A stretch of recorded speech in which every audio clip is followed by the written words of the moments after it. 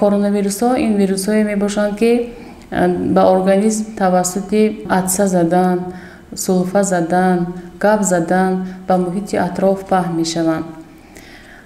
давраи ниҳонии ин беморӣ, яъне ки аз даврае ки вирус ба организм дохил мешавад то пайдоиши ягон аломатҳо 14 рӯзро дар бар мегирад. аломатҳои ин беморӣ баландшавии ҳарорати бадан, сулфакунӣ, тангнафасӣ, дар баъзе ҳолатҳо дарунравӣ, қайкунӣ, бемадорӣ мебошад. роҳи гузариши беморӣ аслан қатравии ҳавоӣ хеле ки қайд кардем дар вақти аз бемор ҳангоми сулфа задан, атса задан ва гап задан ба муҳити атроф паҳн мешавад. ба ин беморӣ новобаста аз синни сол гирифтор шудан мумкин аст, лекин бештар ин беморӣ дар шахсоне ки синни соли аз 60 боло доранд ва инчунин дар онҳо бемориҳои ҳамрадиф ба монанди бемориҳои диабети қанд, бемориҳои фишорбаландӣ, бемориҳои музмин доранд, дар онҳо вазминтар мегузаронанд.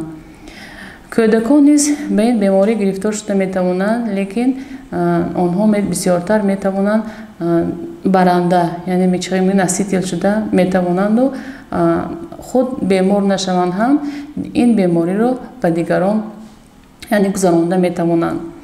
яке аз роҳҳои пешгирии ин беморӣ ин риояи қоидаҳои беҳдошт, аз он ҷумла ин шустани дастон бо собун, инчунин шустани дастон бо собун пеш аз тайёр намудани хӯрок, пеш аз истеъмоли хӯрок, баъди нигоҳубинӣ ба бемор, баъди қазои ҳоҷат бояд дастҳоро ҳатман бо собун шӯем.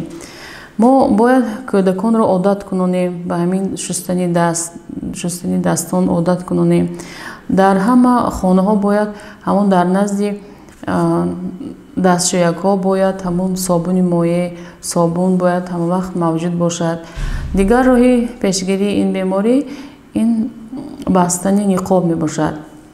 яъне бастани ниқоб аслан ба беморон тавсия дода мешавад, лекин ҳозир чӣ хеле ки маълум аст, бисёр вақт ин беморӣ бенишона, қариб дар бисёр одамо бенишона гузашта истодааст. барои ҳамин ҳам аз ҳама хоҳиш карда мешуд, ки бояд ҳама аз ниқобҳои тиббӣ истифода баранд.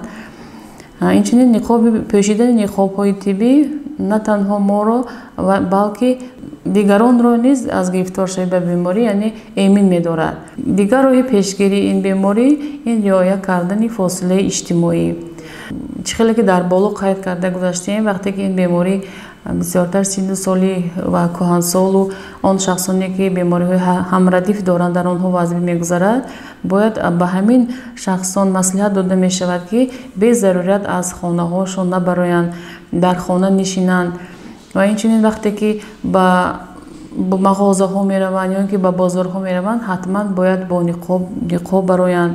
аз ҳамаи мардумон хоҳиш карда мешуд, ки ба ҳамин қоидаҳои оддитарин риоя кунанд.